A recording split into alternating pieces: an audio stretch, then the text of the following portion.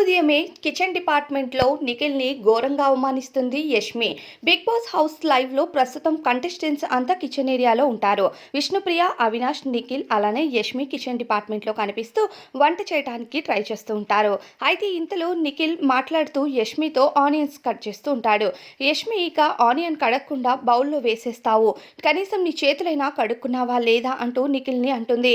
నిఖిల్, నేను చేతులు కడుక్కోకపోవడం నువ్వు చూసావా యష్మి, ఎందుకు అలా మాట్లాడుతావు అంటే ఇంతలో విష్ణుప్రియ అక్కడికి వచ్చి ఏమైంది యష్మి, ఎందుకు అరుస్తున్నావు అంటే ఇలా చేతులు కడుక్కోకుండా ఇలా పని చేస్తే నాకు అస్సలు నచ్చదు, నేను చాలా ఓసిడి ఫెలోని అంటూ ఇక యష్మి మాట్లాడుతూ ఉంటే నిఖిల్ అంటాడు, నేను బ్రష్ చేసి ఆల్రెడీ నేను క్లీన్గానే వచ్చాను కిచెన్కి అంటే నీ ముఖం చూస్తే అర్థమవుతుంది, నువ్వు స్నానం కూడా చేయలేదు కదా నిఖిల్ అంటూ అందరూ స్నానం చేసే కిచెన్ డిపార్ట్మెంట్లో ఉంటున్నారా ఏంటి, యష్మి నువ్వు మాట్లాడే విధానం మార్చుకుంటే చాలా బాగుంటుంది హౌస్లో అని నిఖిల్ కోపంగా అక్కడి నుండి వెళ్ళిపోతాడు. ఇక విష్ణుప్రియ అంటుంది, ఎందుకు యష్మి అలా మాట్లాడతావు అనేసరికి ఇంకా యష్మికి మరింత కోపం వస్తుంది. మరి దీనిపై అభిప్రాయం కామెంట్స్లో చెప్పండి.